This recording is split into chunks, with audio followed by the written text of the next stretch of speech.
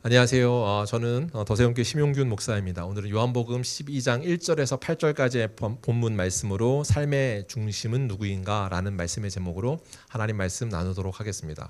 한국교회에 큰 변화가 있습니다. 한국교회에 계속된 변화가 있는데 그것은 한국 기독교가 쇠퇴하고 있다라는 것입니다. 이건 누구나 다 알고 있고 피부로 와 닿는 일인데요. 제가 기사 하나 또 내용들을 한번 살펴보면서 오늘 이 본문을 달아보면 좋겠습니다.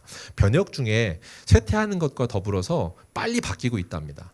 빨리 바뀌고 있다라는 것이 어떤 것인지 의미를 찾아가는 중에 있는데 아마 우리 소모임 중에 전도팀 모임이 있는데 거기서 이제 책 나눔을 하신다고 들었습니다. 그래서 그들이 함께 나누는 그룹에서 책을 나누는 책의 제목이 뭐였냐면 오무교회라는 책입니다. 이것은 오무교회가 온다. 그러니까 5가지가 없는 교회인데 과거에는 우리가 이거 교회면 반드시 있어야 돼라고 생각했던 무엇인데 그것들이 없는 시대의 교회들이 시작된다라는 것.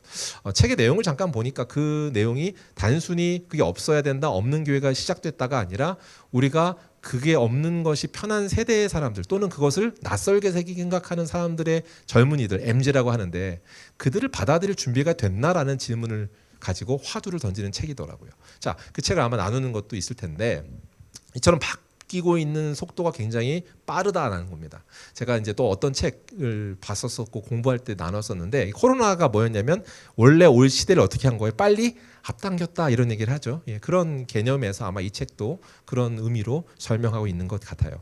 자, 오늘 우리가 직면하고 있는 사회 문제에 대한 조사를 제가 하나 소개할 건데 2024년 한국기독교사회문제연구원에서 했는데 특히 성도들이 많이 떠났잖아요. 그중에 제일 많이 떠났다고 보고되는 건 20대와 30대입니다. 20, 30대가 교회를 떠났는데 얼마나 두드러지는가 그 인식 조사를 해봤더니 20대에 계신 교인 중 40%가 정기적인 예배를 참석하지 않는답니다. 40%면 진짜 많은 거 아니에요? 거의 2명 중에 1명 꼴이죠. 그뿐만 아니라 전체 개신교, 이건 이제 20대만이 아니라 전체 개신교의 30.9%는 현재 출석하는 교회가 없다라고 응답을 했습니다. 자기가 교인이라고 생각하는데 30.9%가 어떤 거예요? 교회를 출석하는 자기가 등록해서 신앙생활하는 교회가 없다 이렇게 표현을 했대요. 이게 뭐예요? 시대적인 풍조라는 겁니다. 왜 이렇게 될까라고 하는 질문을 던지는 거죠. 예. 또 하나 이 논문에서 발췌한 내용인데 유지은의 논문 한국 기독교인의 온라인 예배에 대한 경험과 만족도 연구. 왜 이걸 같이 가지고 왔냐면 앞에서 보면 인식 조사할 때 정기적 예배 처소가 없음에도 불구하고 본인이 그리스도인이라고 얘기하는 이유에는 영상으로 무언가를 접하고 있기 때문에 그렇게 말하는 거겠죠. 그러니까 이건 가속화된 겁니다. 뭐가요? 영상으로 드리는 예배 세대가 많아졌다인데 자, 그 내용에서 보니까 뭘 지적하냐면 코로나19 이후 온라인 예배가 확산되며 예배가 보는 컨텐츠로 전락했고 공동체의 친밀감과 예배의 본질이 약화되었다. 그게 결론이었습니다. 자, 무슨 말을 하고 있는가? 연구 자료는 특히 젊은 층으로 갈수록 뭐가 없어진 거예요? 예배에 대한 본질이라고 하는 것들이 조금 되새겼다. 그 말은 그들이 경험적, 감정적인 경험이라고 생각하는 것에 더 호감을 갖고 선택적 활동이라고 예배조차 선택적 활동의 범주 안에 생각을 갖고 있더라. 그것입니다. 그래서 교회를 떠나가고 있는 수치가 나왔다. 이게 결론입니다. 그럼 질문이 생기는데 그러면 그들이 이제 예배의 본질이 약화됐다라고 한다면 그러면 궁금한 게 예배의 본질은 뭘까요? 라는 질문입니다. 오늘 말씀을 통해서 그러면 오늘 이 사건을 통해서 예배의 본질이라고 하는 것 우리가 갖고 있는 믿음의 중심이라고 하는 것 삶의 중심이라고 하는 것을 무엇을 향하고 있는지 살펴보는 것 그것으로 오늘 말씀을 나누도록 하겠습니다. 자, 그럼 질문을 거창하게 했는데 그럼 여러분 여쭤볼게요. 오늘 사건은 참된 예배의 길로 가는 길인데 여러분이 한번 생각해 볼 때 이 사건은 우리가 아주 익숙한 이야기일 건데 한번 나눔하면서 한번 더 이야기해 볼 거고 이야기를 한번 들어보면서 여러분은 지금 내가 참된 예배의 길을 걷고 있나 이렇게 한번 생각해 보기로 하죠. 괜찮을까요? 여러분 한번 이걸 생각해 보면서 말씀을 받아보시죠. 자, 오늘 말씀으로 들어가면 12장은 예수님께서 십자가 사건 그 골고다 언덕에서 그 고통받고 죽으시는 사건 그 사건을 얼마 앞둔 직전의 사건입니다. 무슨 말이냐 하니 6월절이 지나고 그분이 십자가를 지는 사건이 나오잖아요. 오늘 성경은 뭐라고 하냐면 6월절 엿새 전에 있었던 일이야 라고 말합니다. 자, 12장 1절 말씀 같이 읽을까요? 시작. 6월절 엿새 전에 예수께서 베다니에 이르니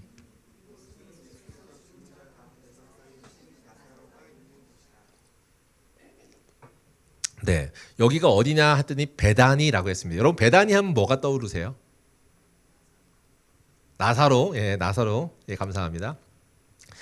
여기 이렇게 있었는데 김광수 사님 제가 마칠 거라고 예상했는데 김광수 사님 지난주 안 오셔서 그런데 지난주 설교한 내용이 사실 베다니의 이 장면이었었습니다. 이 장면에 사건과 연결된 거였습니다. 그러니까 힌트가 좀 약간 감이 오실 텐데 오늘 설교는 지난주 설교랑 시리즈 설교입니다. 같은 삼남매 이야기가 오늘 또 나옵니다. 근데 제가 지난주에 말씀하고 도전한 것이 여러분의 삶에 실제로 적용될 수 있다는 걸 확인시켜드리기 위한 과정으로 오늘 다른 본문이지만 그 삼남매 이야기의 다른 스토리를 가지고 왔습니다. 자, 보세요. 삼남매 오늘 스토리는 아주 굉장히 유명한 이야기입니다. 무슨 말인가 하니 이 삼남매 집에 예수님이 들어오셨고 예수님께서 그곳에서 말씀으로 강연하던 아이들과 그 제자들과 나누고 있었습니다. 그런데 그때 마리아가 들어와서 향유를 부어서 예수님 발에 붓고 머리털로 그것을 닦았다. 그렇게 이야기하는 장면이 오늘 성경이죠. 3절 한번 볼까요? 같이 읽습니다. 시작. 마리아는 지극히 비싼 향유 곧 순전한 나드 한 근을 가져다가 예수의 발에 붓고 자기 머리털로 그의 발을 닦으니 향유 냄새가 집에 가득하더라. 여기서 말씀하고 있는 헬라어로 순전한이라고 하는 말은 피스티코스라는 단어입니다. 이 단어는 불순물이 없다라는 겁니다. 순전하다는 말이 불순물이 없다. 여러분 한번 보세요. 향유인데요. 그 향품이 불순물이 없는 아주 순전한 걸 만들려고 하면 힘들까요? 어려울까요? 힘들겠죠. 좋은 걸 가지고 그렇게 힘들게 만들면 공정도 많이 들어갔을 거잖아요. 그러면 이건 비쌀까요? 쌀까요? 비싼 거예요. 성경에서 지금 말하고 있는 건 두 가지를 내포하고 있는데 첫 번째 불순물이 없다. 불순물이 없는 것을 온전히 드렸다. 귀한 재료다라고 하는 것을 의미하고 있습니다. 이것은 당시의 상황으로 볼 때 인도에서 아마 제조해서 들어오는 향품이었을 거다라고 추측하더라고요. 인도에서 그 거리에서 오는 향품으로 최고급 질의 것들을 준비했으니까 비쌀 거예요. 아마도 그 비싼 정도가 어느 정도인가 성경에 기록되어 있는데 300데나리온 이렇게 말합니다. 300데나리온이 어느 정도인가 보니까 한 노동자가 적어도 1년 동안 일해야 되는 것에 대한 임금을 넘는 수준일 겁니다. 그러니까 1년 동안 벌어야 될 돈이면 정말로 큰 돈이죠. 그걸 한 번에 부어서 깨뜨렸다. 어떤 학자에 따라서는 이 마리아의 전 재산과 같은 것이다 라고도 설명하는 학자도 있습니다. 그게 넉넉하지 않은 가정의 사람이 이걸 다 내어드린다는 것 아마도 그만큼 큰 가치로 부어드리는 것일 겁니다. 그죠? 이해가 되시죠? 예. 자, 그런 상황에서 이러한 부분들이 모두 정확하게 정밀하게 따져봐야 되는 내용들일 텐데, 자, 오늘 말씀을 보면 뭐라고 말하는가를 살펴보시면 좋겠습니다. 자, 그런 내용이 12장 5절에 나오는데, 12장 5절에 그렇게 그 금액이나 하는 300데나리온이나 하는 것을 쏟아 부었으니까 제자의 누구 한 사람이 말하면서 화를 내는 장면이 나와요. 그게 누굴까? 예, 바로 가룟 유다입니다. 가룟 유다입니다. 이거 성경고사 보거든요. 신학교 가면. 그래서 가롯 유다 쓰면 틀립니다. 가룟 유다입니다. 예. 가룟 유다가 이렇게 한단 말이에요. 자, 보세요. 같이 한번 읽어볼까요? 12장 5절입니다. 같이 읽겠습니다. 시작. 이 향유를 어찌하여 300데나리온에 팔아 가난한 자들에게 주지 아니하였느냐. 자, 300데나리온이나 드렸는데 너 그걸 어떻게 한 거야? 라고 말합니다. 유다의 말은 사실 딱 들었을 때 어떤 느낌이 드세요? 이건 굉장히 실용적인 얘기입니다. 그죠? 또한 합리적으로 들리고 이성적입니다. 그렇게 큰 것인데 너 어떻게 그냥 부어서 버릴 수가 있어? 이렇게 말을 했단 말이에요. 마치 그것이 어떤 의미를 갖고 있는가 들었을 때 합리적이고 이성적이고 실용적인 것처럼 보이지만 그런 성경은 실제로 이것이 또 그가 말하는 거에 따르면 사회 정의를 구현하는 거. 왜냐하면 그냥 그렇게 붓는 게 아니라 나눴으면 훨씬 많은 사람을 도울 수 있는 건데 너 왜 그렇게 했어? 이렇게 말했단 말이에요. 근데 그렇게 보여지는데 실상 이 이야기는 그런 의도는 아닙니다. 라고 성경이 말해요. 뭘 지적하는가? 본문은 그의 동기를 정확하게 밝히고 있습니다. 6절입니다. 도둑이라고 말하거든요. 6절 한번 같이 읽어볼까요? 시작. 이렇게 말하면 가난한 자들을 생각함이 아니요 그는 도둑이라 돈깨를 맞고 거기 넣은 것을 훔쳐감이라. 원어로서 여기 도둑이라고 말하는 것은 미완료 과거 형태를 쓰고 있습니다. 미완료 과거란 말은 뭐예요? 과거에서 있었던 일이 쭉 계속 진행되고 있다입니다. 그래서 해보세요. 도둑인데 과거에서부터 진행되고 있다는 건 과거에 한번 그런 일을 한 겁니다. 훔치는 일을. 그런데 지금도 계속하고 있다는 말입니다. 자, 그가 계속해서 반복적으로 돈깨에 손을 대고 있는 사람이야. 그래서 이렇게 말한 거야. 이렇게 말하는 겁니다. 자, 그러면 성경에서 가룟 유다의 문제 지적하는 건 뭐냐면 그가 이렇게 말한 반응 마르다에게 너 그렇게 하면 안 되지라고 말하는 게 도덕적인 의미, 합리적인 사회적인 정의를 위한 것, 합리적인 것, 뭐 실용적인 것이 아니라 그 마음의 본심은 뭐였다는 거예요? 탐욕 때문이었다는 겁니다. 탐욕 때문에 그 마음 가운데 그런 일을 벌인 겁니다. 그런데 성경은요, 단순히 이것을 탐욕 때문이야라고만은 말하지 않습니다. 뭐 때문일까요? 여러분 미리 이제 오셔서 성경을 읽으신 분들은 살짝 아실 수도 있는데 아까 미리 와서 읽으신 분들은 좀 들어갔네요. 이거 여기 안 계신 것 같은데 보세요. 탐욕 말고도 뭐가 있을까? 근데 미리 묵상하고 오신 분들이 분명히 있을 거니까 이미 주보를 미리 보셔서 그죠? 뭐 때문일까 한번 생각해 보세요. 뭐 때문일까요? 성경에 나오거든요. 성경에 나오는데 뭐 때문일까? 그래서 성경 구절을 준비했습니다. 12장 16절입니다. 한번 같이 읽어볼까요? 같이 읽겠습니다. 시작. 제자들은 처음에 이 일을 깨닫지 못하였다가 예수께서 영광을 얻으신 후에야 이것이 예수께 대하여 기록된 것임과 사람들이 예수께 이같이 한 것임이 생각났더라. 지금 무슨 말을 하고 있냐면 제자들이 생각났더라, 깨닫지 못했더라 이렇게 얘기하는 거예요. 뭐예요? 이들의 문제가 뭐였어요? 탐욕도 있었는데 하나는 뭐냐면 무지함이었습니다.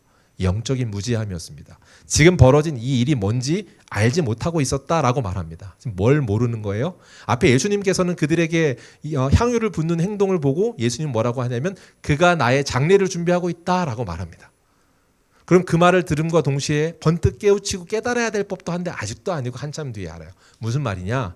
예수님께서 이 땅에 오신 건 메시아적 사명을 가지고 오셨습니다. 그분은 반드시 이 땅에 오셔서 하셔야 할 일이 있었는데 그 중에 하나 대표적인 가장 궁극적인 목표가 뭐였습니까? 십자가에 달려 죽으시는 거였습니다.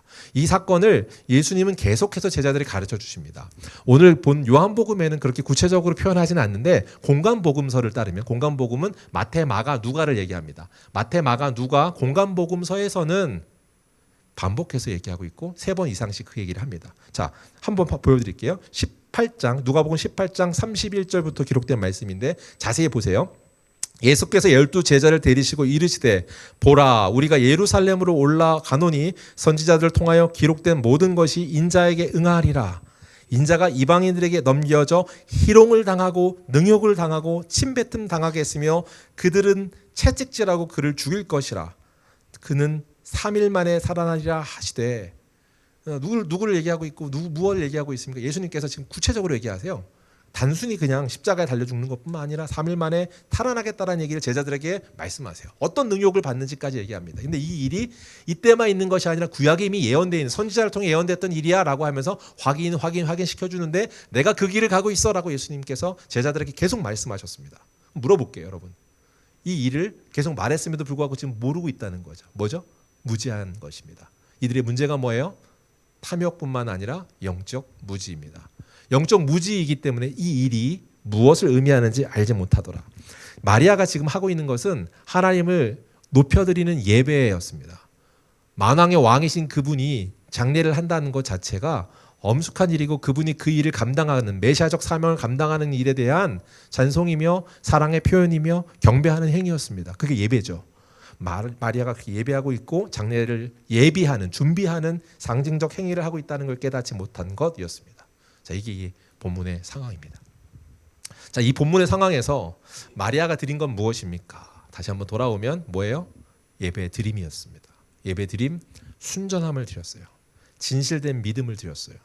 마리아가 지금 진실된 믿음을 드렸다는 것은 성령의 인도하심 가운데 그가 할 수 있는 최선의 사랑의 표현으로 하나님께 올려드리고 있는 겁니다. 할렐루야. 여기 질문이 하나 생깁니다. 뭐 질문이 생기는 것들이 여러 가지일 텐데 같이 보는 거죠. 그 헌신을 드린 장면, 주께 경배하고 장례를 준비하였던 이 모든 것, 예수님의 그 구속 사역에 동참하고 있는 것, 이 모든 것이 오늘 성경에서 말하고 있는 것인데, 그런데 문제는 이렇게 하나님께 나아가고 있는 예배의 행동에 대해서도 반대하고 또 대항하는 것처럼 보여주는 제자들이 있었는데 그들이 왜 그렇게 했는가라고 하는 게 첫 번째, 그들이 갖고 있는 모습에서 발견할 수 있는 우리가 예배를 오해하는 것을 점검해 보자는 겁니다. 우리가 예배를 어떻게 오해하고 있는가, 예배의 본질을 어떻게 왜곡하고 있는가. 오늘 첫 번째 말씀한 건 뭐예요?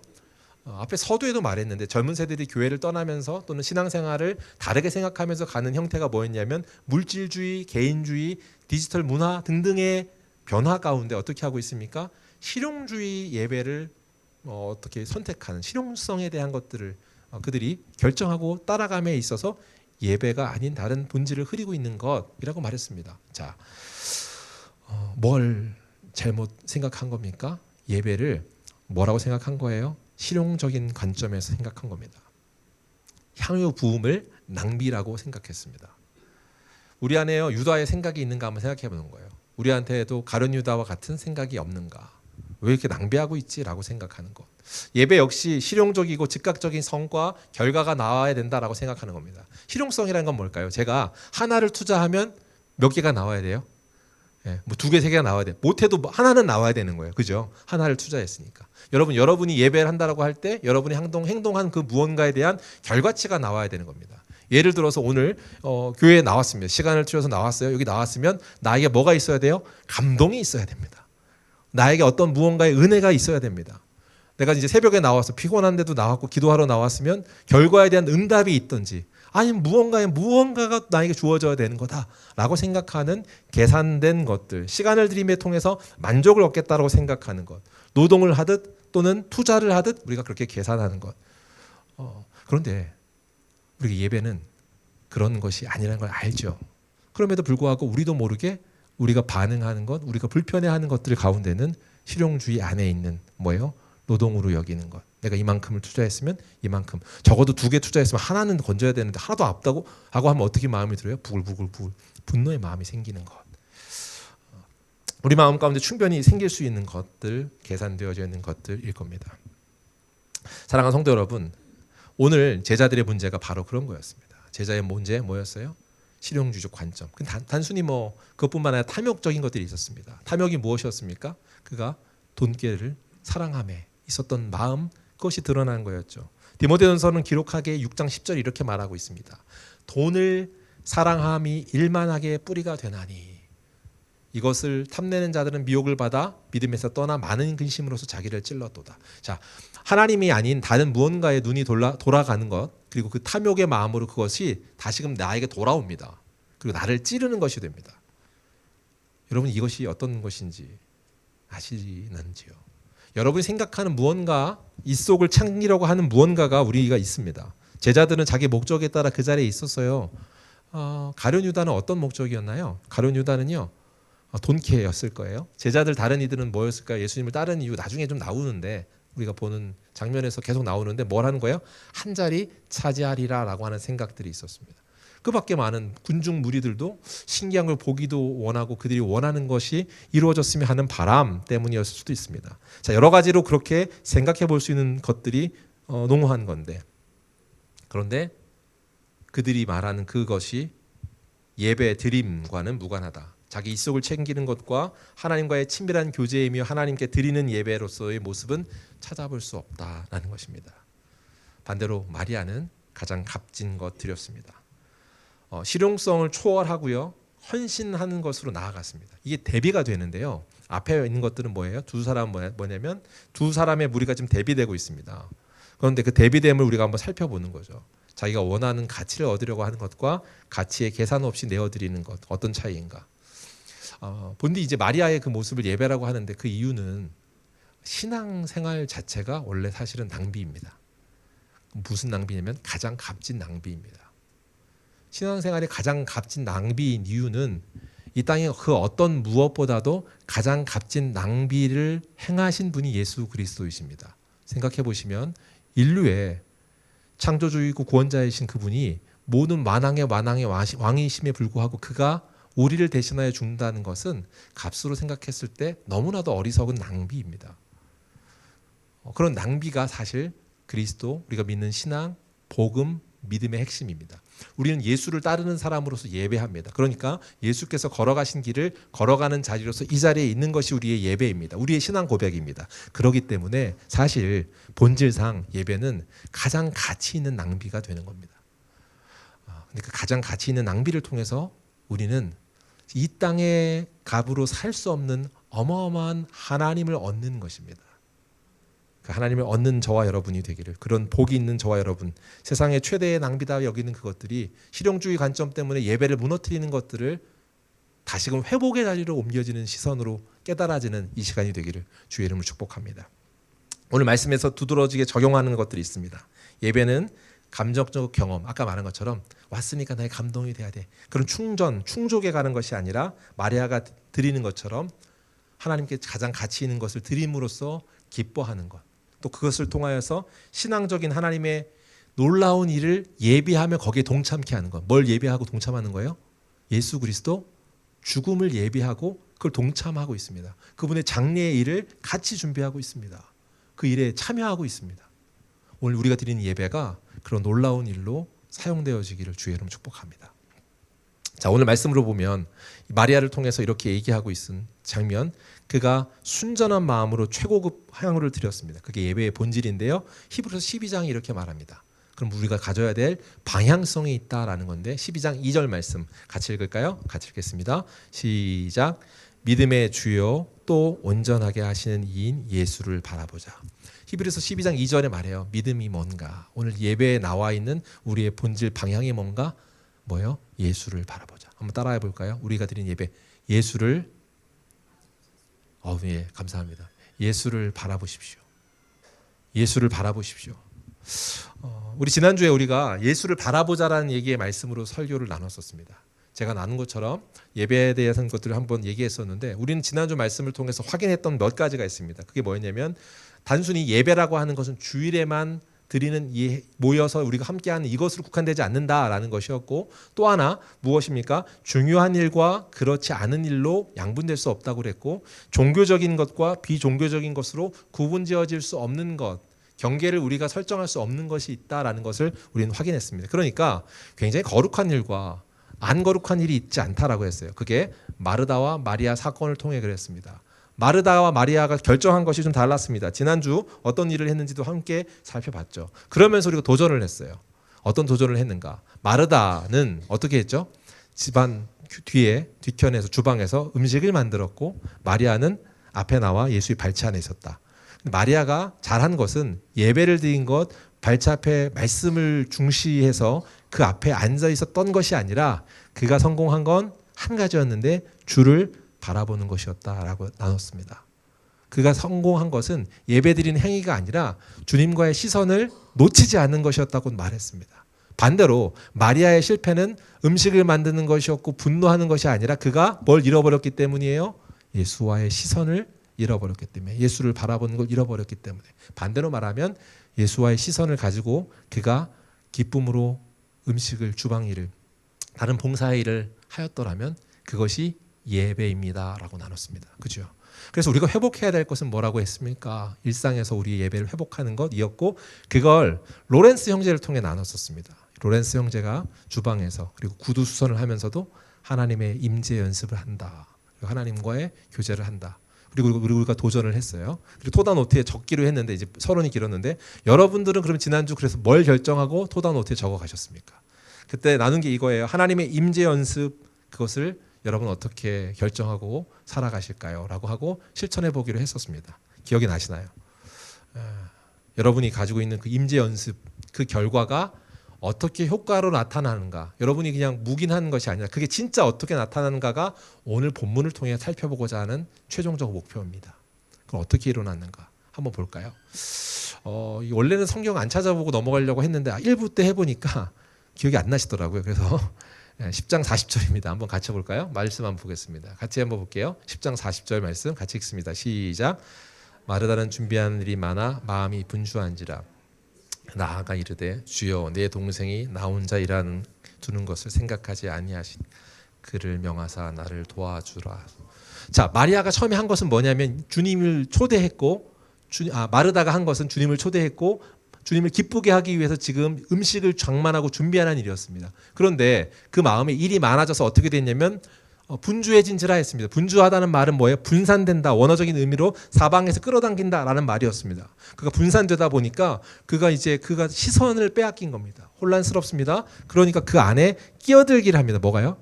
초점이, 바라봐야 될 초점이 가려져요. 뭐가 보였어요? 눈에 딱 보니까 마리아가 보입니다. 난 이렇게 분주하고 바쁜데 저 앞에서 뭐 하는 거지? 라고 하니까 분노의 마음이 올라왔습니다. 그래서 분노해서 어떻게 해요? 예수님한테 화를 내고 있습니다. 자, 본디 시작한 목적은 뭐였습니까? 예수님을 기쁘게 해드리기 위한 잔치로서 음식을 장만하고 있었는데 그의 마음이 빼앗겼습니다. 빼앗긴 것을 통하여서 기쁘게 해드리려고 했던 예수님께 화를 내고 분노하고 있습니다. 목적이 상실됐습니다. 뭐 때문에 그렇습니까? 그 한 가지만이라도 족한다라고 말씀하세요. 42절인데 누가복음 10장 42절 주님 원망하는 그에게 하시는 말씀입니다. 마리아는 이 좋은 편을 택하였으니 빼앗기지 아니하리라. 하나님께서 뭐라고 말씀하시는지 나눴단 말이에요. 예수님께서 뭐라고 말하는지 나눴단 말이에요. 마리아에게 옳다라고만 하는 것이 아니라 마리아는 빼앗기지 않았다라고 하는 것을 통해서 마리아는 어땠다는 거예요? 빼앗겼다는 겁니다. 뭘 빼앗긴 겁니까? 주를 바라보는 시선을 빼앗겼습니다. 주님을 바라봐야 될 시선을 빼앗기기 때문에 그에게 당부하는 거예요. 사랑하는 딸아, 나를 바라보라. 나와 함께 있는 것을 택하라. 사랑하는 성도 여러분, 그래서 나눈 것이 결론이 무엇이에요? 거룩함은 어떤 일, 무슨 일을 하느냐가 아니라 누구를 바라보느냐에 있습니다. 누구를 바라보느냐에 있어서 그 일을 하는 것이라고 나눔을 했죠. 자, 그러면 그 마리아는 어떻게 됐을까요? 마르다는 어떻게 됐을까요? 마르다가 오늘 성경에 나와 있는 장면입니다. 오늘 성경으로 와보시죠. 오늘 성경 2절입니다. 2절 말씀 같이 읽겠습니다. 시작. 거기서 예수를 위하여 잔치할새 마르다는 일을 하고. 마르다는 또 일을 하고 있습니다. 마르다가 지금 어떤 일을 하고 있을까요? 그러면 궁금하지 않으세요? 마르다는 어떤 일을 하고 있을까? 상상이 막 되시나요?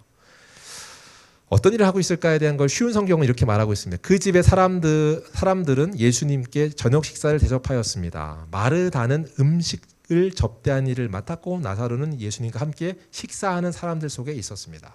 자, 마르다는 지금도 뭐 하고 있나요? 또 음식을 만들고 있습니다. 오늘도 주방에서 음식합니다. 그러고 있습니다. 그리고 마르다의 다른 언급은 없습니다. 아마도 그러니까 앞서 있었던 사건과는 달라진 것은 그의 마음의 분노와 어떤 상처, 아픔이 있다라고 느껴지는 않습니다. 그렇게 해석하기는 어렵습니다. 오히려 반대일 확률이 높습니다. 왜 그런가? 이 장면을 자세히 보십시오. 12장 9절 말씀 같이 볼까요?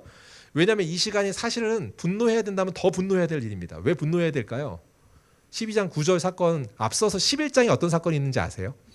요한복음 이제 11장에는 우리가 잘 아는 유명한 사건이 나는데 죽은 나사로가 살아나는 장면입니다. 나사로가 누구예요? 오랍입니다. 그죠? 그리고 지금 예수님과 밥을 먹고 있는 그 당사자입니다. 그런데 그가 살아났습니다. 그러면 그 살아났다는 소식을 듣고 사람들이 어떻게 했을까요? 궁금하죠. 근데 그와 함께 지금 예수님이 있어요. 그럼 어떻게 해요? 몰려오죠. 원래도 잔치는 주변에서 예수님을 따르는 무리가 많았고 예수님의 제자들을 대접하는 거여서 분주했던 거였잖아요. 근데 지금은 그 분주함을 뛰어넘어 어때요? 역대급입니다. 가장 많은 사람이 왔지 않겠습니까? 그 장면을 일부러 기억하라고 더 적어놓고 있습니다. 성경을 보실까요? 자세히 볼까요? 9절 말씀 12장 9절입니다. 같이 한번 읽어볼까요? 시작.